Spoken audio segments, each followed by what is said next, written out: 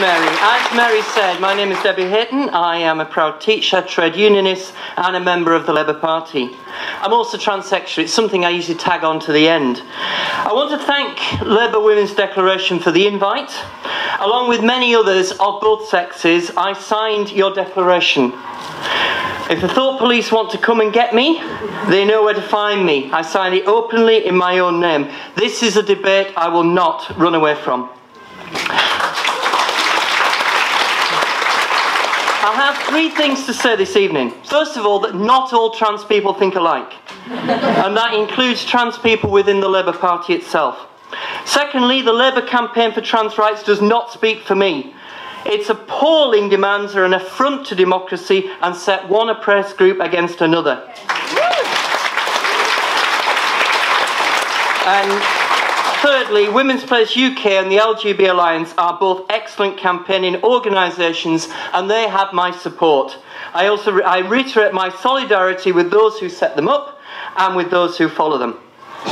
So, firstly, trans people do not think alike. Central to the Labour campaign for trans rights is the statement that I am sick of hearing.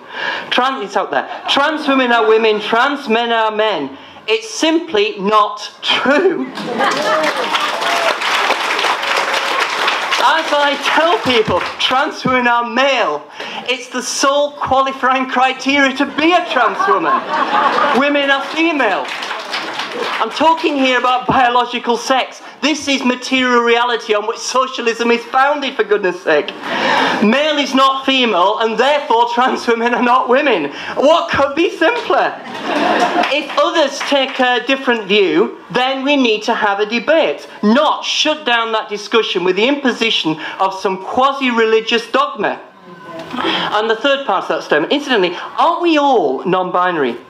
The problem with that transgender ideology, as espoused by that dreadful campaign, is not liberating. It's restrictive.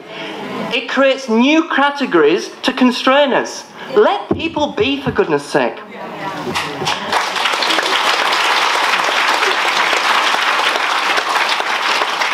And that's, again, I'm criticising the campaign. It also further demands that we accept there is no material conflict between trans rights and women's rights. That's a head in the sand approach. There is always potential for conflict whenever two groups interact. And we need to resolve that conflict, not deny its very existence. Secondly, the campaign does not speak for me. Actually, they don't even listen to me. I tried to interact with their Twitter account, Labour Trans. They promptly blocked me. So much for their commitment to, and I quote, listen to trans comrades on issues of transphobia and transmisogyny, allowing trans people to lead the way on our own liberation. But sadly, this is not a campaign to support my rights for equal treatment in employment, housing, the provision of goods and services, nor is it primarily a demand for a properly resourced national health service that could meet the needs of everybody, including trans people.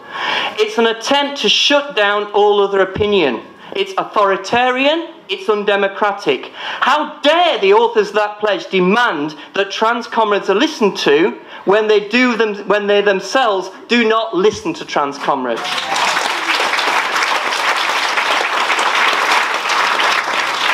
And finally, I want to reiterate my solidarity and support to Women's Place UK and the LGB Alliance. It's an honour and a privilege to share a platform here with Kiri Tunks and with Bev Jackson tonight. I am not a woman, I am no kind of woman, nor I am LGB, but I am transsexual. And all three groups face oppression and opposition in society, and we are stronger when we find common cause.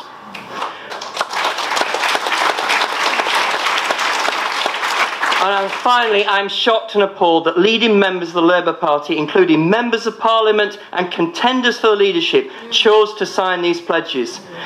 Did they agree with them? Did they not think? Or were they bullied into it? Either way, lots of us here and elsewhere face condemnation simply for standing up for the rights of women, LGBT people and transsexuals. It's an appalling state of affairs that I protest and condemn.